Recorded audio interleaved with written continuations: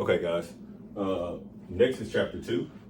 Chapter two gets into more of a little bit of technical accounting, and that actually, doing journal entries, looking at chart of accounts, things like that. So after I read over chapter two, I think the way they did it was they presented the effects that the transactions have on the accounting equation, and then they jumped directly into journal entries.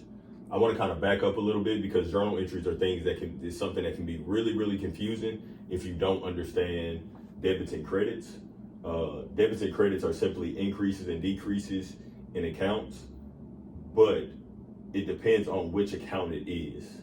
So what I've done is kind of map out a chart of accounts. So on a chart of accounts, it's going to basically list out all the accounts that a corporation or a person has, whether it's an individual person, a software company, services company, any type of company. They're gonna have to have a chart of accounts.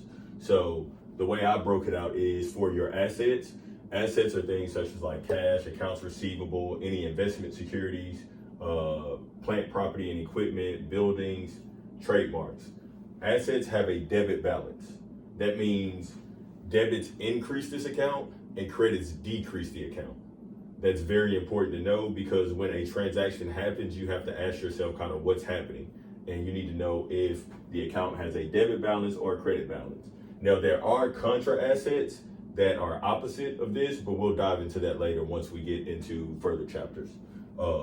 Liabilities are things such as like accounts payable, notes payable, long-term debt, unearned revenue. These are things that if your company shut down today, you would have to owe to somebody else and you would have to pay. Liability accounts have a credit balance.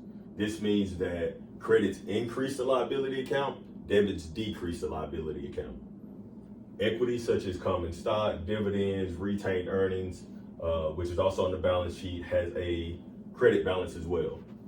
Same thing, means debits decrease it, credits increase it.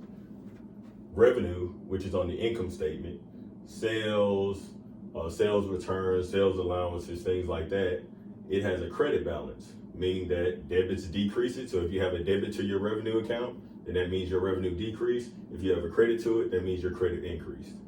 For expenses can be things like supplies, salaries, rent, utilities. This account has a debit balance, meaning that debits increase the expense account, credits decrease the expense account. So one of the primary things I want you guys to focus on is learning how the debits and credits work. I know a lot of times we're used to looking at it from a bank statement perspective or something like that. So like on a bank statement, it's like, oh, you get a credit to your account. That means the bank gave you back money.